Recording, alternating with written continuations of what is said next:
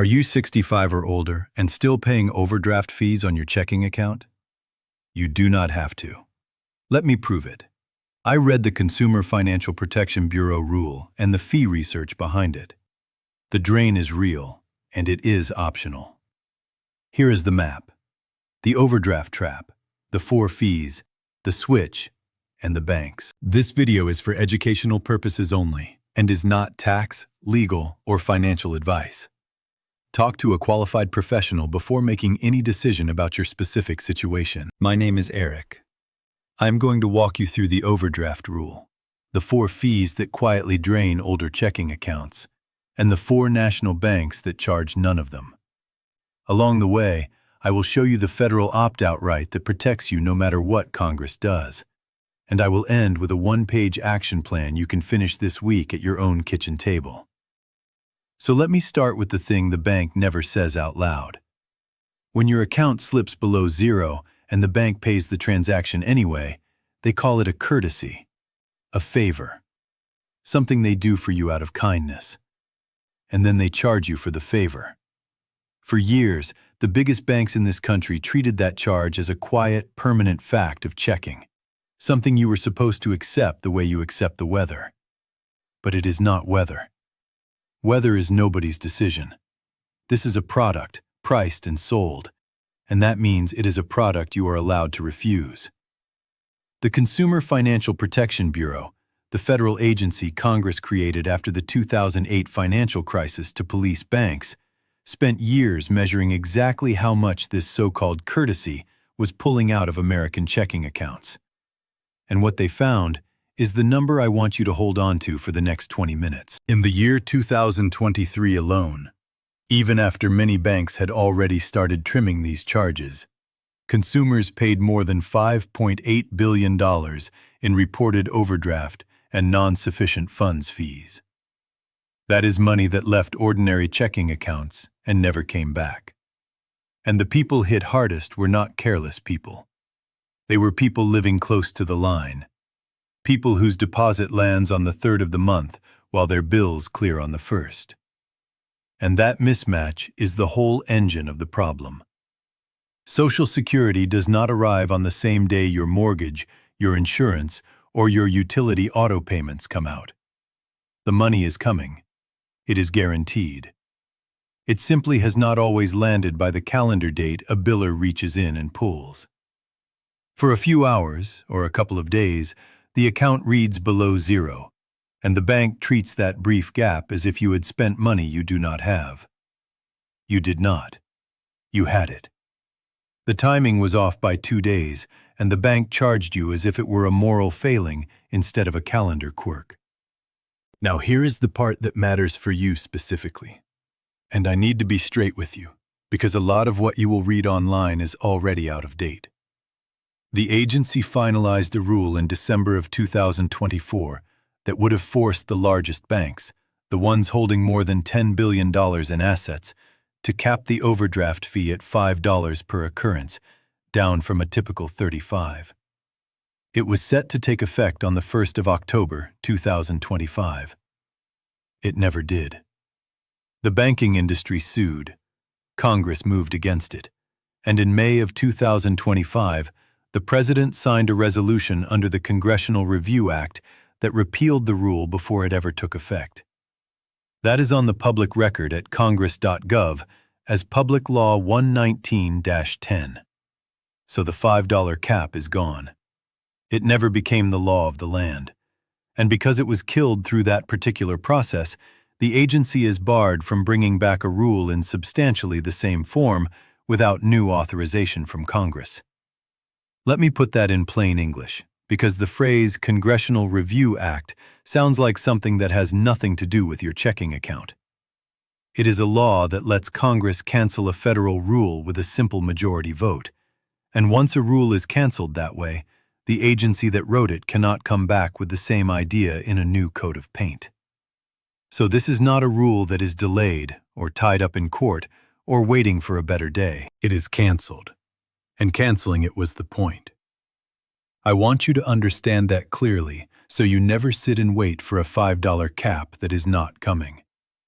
I am telling you that plainly because your money should never ride on a rule that has already been struck down.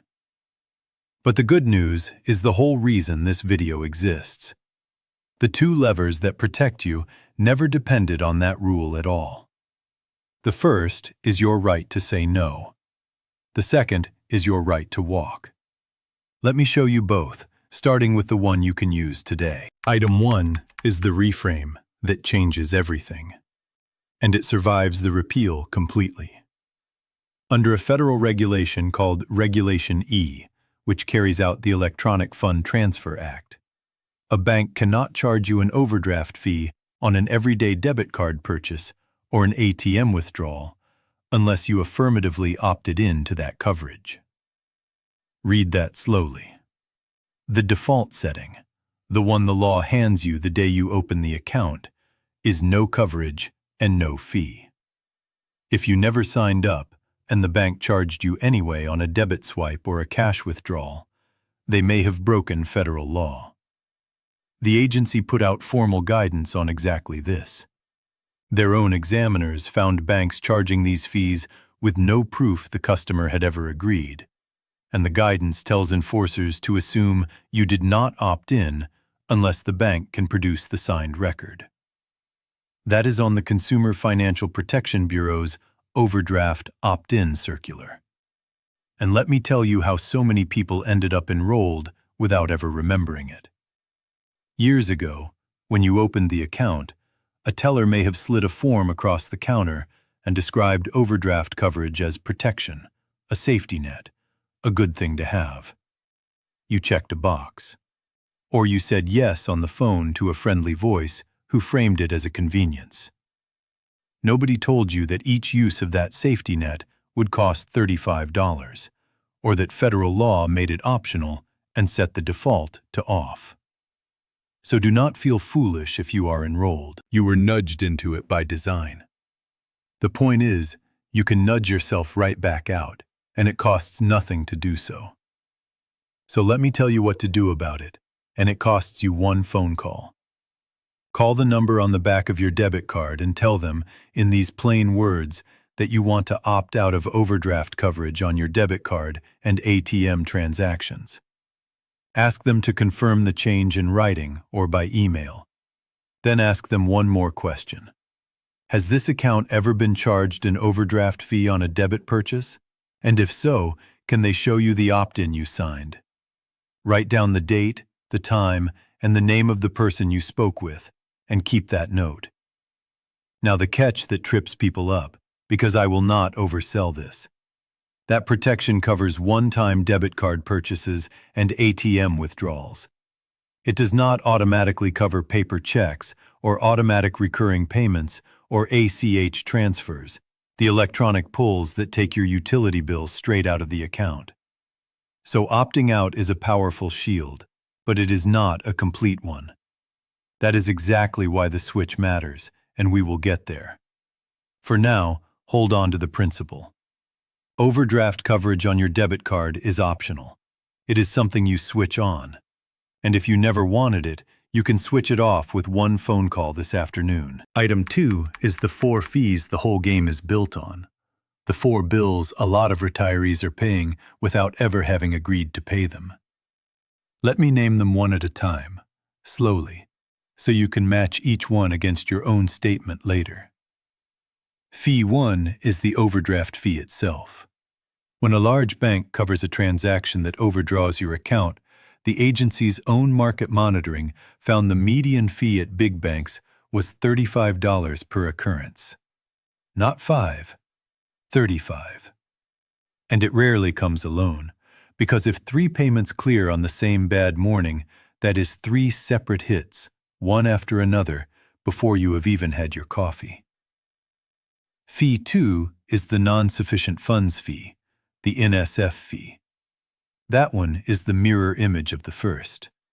Instead of covering the payment, the bank declines it, bounces it back, and charges you anyway for the trouble of saying no. The hopeful part on that fee is this. Most big banks have already dropped the NSF fee entirely under public pressure, so it may already be gone from your account. check anyway. Fee 3 is the monthly maintenance fee, the flat charge just for keeping the account open, commonly somewhere between $5 and $15 a month unless you keep a minimum balance or route a direct deposit through it. $12 a month does not sound like much. Multiply it by 12 and it is $144 a year for doing nothing at all. Think about what that one fee alone buys you if you keep it in your own pocket instead. A month of groceries, a utility bill, a tank of gas every month for a year. That is not nothing. That is real money doing real work in your life, instead of sitting quietly in the bank's revenue line. Fee 4 is the paper statement fee, a couple of dollars a month to mail you a piece of paper you can read for free online. None of these four is dramatic on its own. That is the trick of it. Put them together across a year, and you see how a single checking account quietly drains $200, $300, $500 from a retiree who never overspends recklessly, just occasionally, at the wrong moment in the month. When you sit down with your statements, look for these exact words in the fee column. Overdraft fee, or paid item fee for the first. Returned item fee, or NSF fee for the second.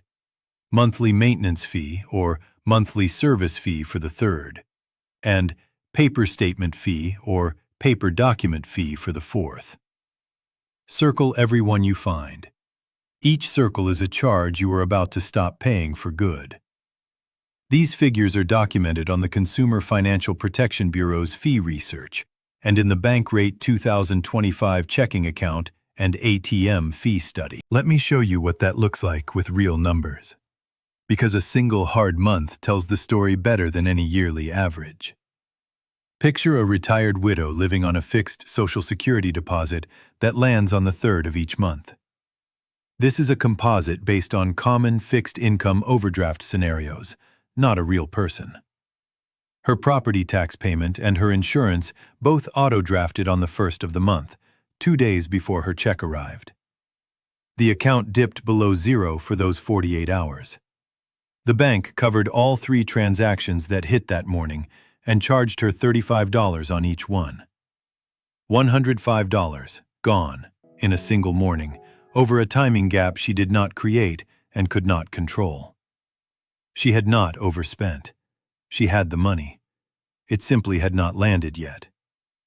And what surprised her most, when she finally sat down and looked closely, was this.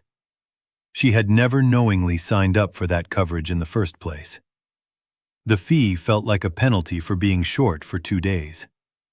So what did she do? She did not spend an hour arguing with the bank, and she did not wait for Congress to fix it. She opened a checking account at a bank that charges 0 overdraft fees to anyone, moved her Social Security direct deposit over, and left the old account open until every automatic payment had cleared the new one. The problem did not get smaller.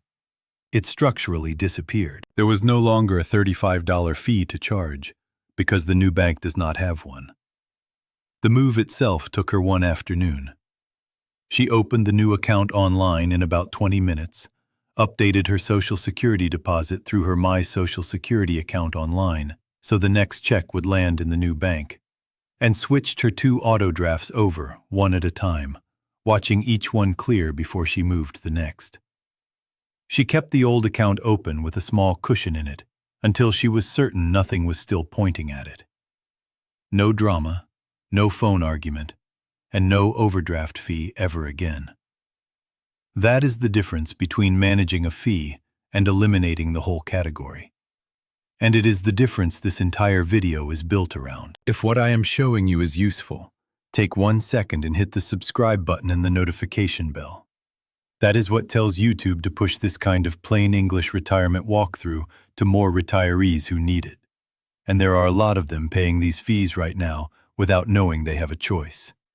And if you want the one-page checklist version of this episode, the printable fee audit worksheet that walks you through totaling your own statements and lists the no-fee accounts side by side, the link in the description has it waiting for you.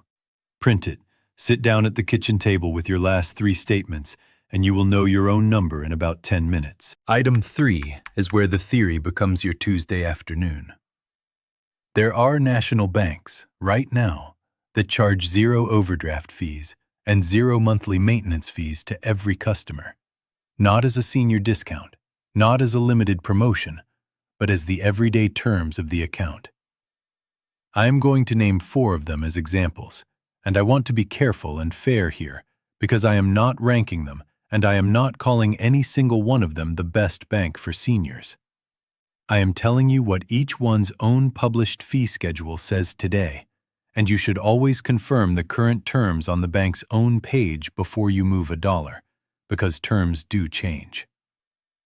Bank 1 is Capital One 360 Checking. Their own site states there are no monthly fees and no overdraft fees, with no minimum balance to open or keep the account. Bank 2 is Ally Bank's checking account, which their own site describes as having no monthly maintenance fees and no overdraft fees, along with a fee-free cushion they call CoverDraft. Bank 3 is Charles Schwab Bank's Investor Checking, which the bank's own page states carries no monthly service fees and no overdraft fees, though it does ask you to open a paired brokerage account, which itself has no fee and no minimum. Bank 4 is the Fidelity Cash Management Account, which works like a checking account with a debit card and check writing, and which Fidelity's own materials confirm has no monthly fees and does not charge overdraft or continuous negative balance fees. 4 institutions, each charging none of the 2 fees that drain older accounts, each one verified on the company's own page, not on some referral blog. Opening any of them is done the same way you would order something online.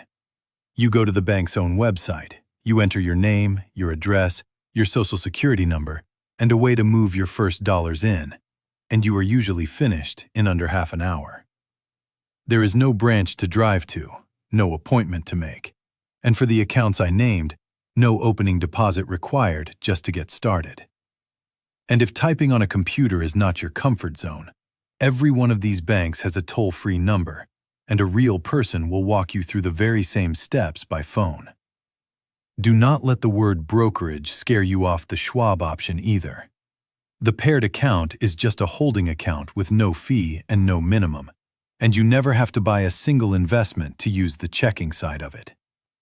Now, the part most people miss, the part that reframes the whole repeal. When the $5 cap died, a lot of folks assumed the fight was lost and they were simply stuck. Set that feeling down for a second.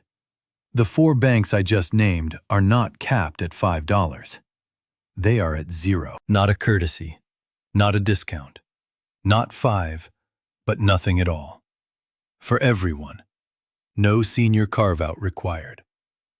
The rule that got repealed would have dragged the giant banks down to $5 per hit. The switch takes you all the way to 0. And it never needed Congress or a court to sign off, because it is nothing more than you choosing a different account. Think about what that means against our big number. The heaviest hit roughly 9% of account holders, the folks caught in that timing trap month after month, pay a median of $380 a year in these fees, according to the agency's own rulemaking analysis. The switch does not shave that down a little. It sets it to 0. Same person, same social security check, same occasional bad timing. At the old bank, $380 a year. At the no-fee bank, nothing. The difference is not the rule.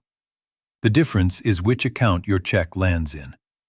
And that is entirely inside your control. So here is your 1-page action plan. 5 steps, and you can start the first one tonight. Step 1. Pull your last 3 bank statements and total every fee on them. Overdraft, NSF, monthly maintenance, and paper statement. Add them up, multiply any monthly charge by 12, and that annualized number is exactly what the switch is worth to you. For that heaviest hit group, remember, it can be $380 a year or more. Step 2. Call your bank or log in and opt out of overdraft coverage on your debit card and ATM transactions, which is your right under Regulation E, so that a purchase is simply declined for free instead of triggering a $35 fee. Get the confirmation in writing. Step 3. If you bank at one of the giant banks, go ahead and ask whether any overdraft cap currently applies to your account, but do not lean on it, because the federal $5 cap was repealed and the durable fix is the move, not the cap. Step 4. Open a checking account that charges 0 overdraft and 0 monthly maintenance. Confirm the current fee schedule on that bank's own page first. Then move your direct deposit over and keep the old account open until every automatic payment has cleared the new one at least once. The safest way to time this is to move your Social Security direct deposit first. Wait for one full check to land in the new account, and only then redirect your auto payments, one at a time, watching each one clear before you touch the next. That way, there is never a single moment when a bill is reaching for an account that has been emptied out. Step 5. Switch to electronic statements to kill any paper statement fee for good. 5 steps, and none of them takes more than an afternoon. The whole sequence can be done from your kitchen table, with a phone in one hand and your last 3 statements in front of you. $380 a year at the old bank. 0 at the no-fee bank. Same person, same check, same life. And the only thing that changed was where the deposit lands. That is the whole episode in one line. And now that you have seen it, it is a choice, not a fact of nature. One honest caution before you go. No overdraft fee and no monthly fee does not mean no fees ever. So out-of-network ATM charges, wire fees, and expedited card fees can still apply, which is exactly why you read the schedule first. But the big ones, the $35 overdraft hit and the $12 monthly charge, those are the fees you are ending today. And those are where the $380 a year was quietly living. Next time, I am doing the one titled, Seniors Stop Paying Winter Heating Bills, the federal LIHEAP program and the Weatherization Assistance Program that cover home energy costs for income-eligible older households. Same structure, a federal program plus routes plus a checklist you can act on. So tell me in the comments, have you ever been hit with an overdraft fee during the gap between a bill and your Social Security deposit? Yes or no? I read every single comment, and the most common questions become future videos. I will see you in the next.